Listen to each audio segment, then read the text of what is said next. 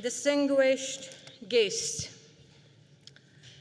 it is with profound gratitude that I accept the International Women's Rights Award today. But this honor is not mine alone. It belongs to every Afghan woman who continues to resist oppression, to every Afghan girl who refuses to give up on her education, and to every mother who dreams of a future where her daughters are free and safe. For decades, Afghan women have fought for their rightful place in society. I was one of the fortunate few who had access to education, earning my medical degree from Kabul Medical University and later joining its faculty. As a doctor, I saw firsthand how systemic injustices, poverty, forced marriages, and lack of education trapped women in cycles of suffering. I realized that treating their physical ailments was not enough.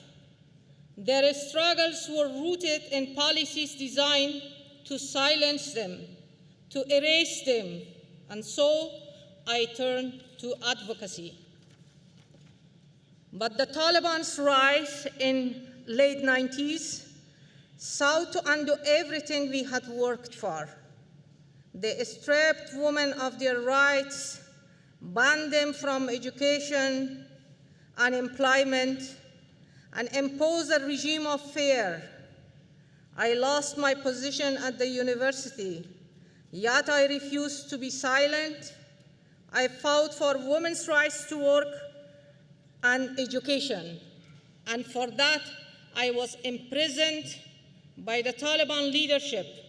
If not for international and UN intervention, I might not be standing here today. When Afghanistan began its journey towards democracy in 2001, I saw an opportunity not just for myself, but for every woman who had been told she was powerless.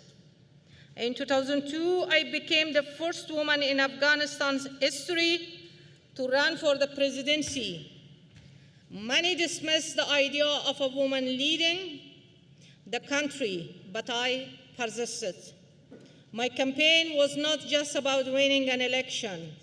It was about proving that women belong in politics, that we are capable of leading and of shaping our nation's future.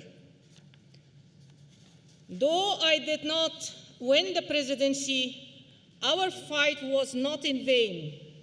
Women entered politics in unprecedented numbers. Nearly more than 500 female candidates ran for offices in the following year. By 2021, Afghan women held key civil service roles as ministers, ambassadors, judges, and lawmakers. We led businesses, reported as journalists, enforced the law, and advanced healthcare and education. Our achievements were not just personal successes, but a collective determination to build a more inclusive and democratic Afghanistan.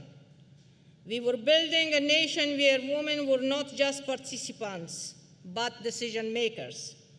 Then in 2021, the Taliban returned, and with them, they brought back the darkness we had fought so hard to escape. Women were banned from schools, forced out of their jobs, erased from public life. Those of us who had spent our lives advocating for change were forced into exile or silence through threats and imprisonment. The Taliban spread lies claiming that Afghan women leaders had abandoned their people, but exile does not mean surrender.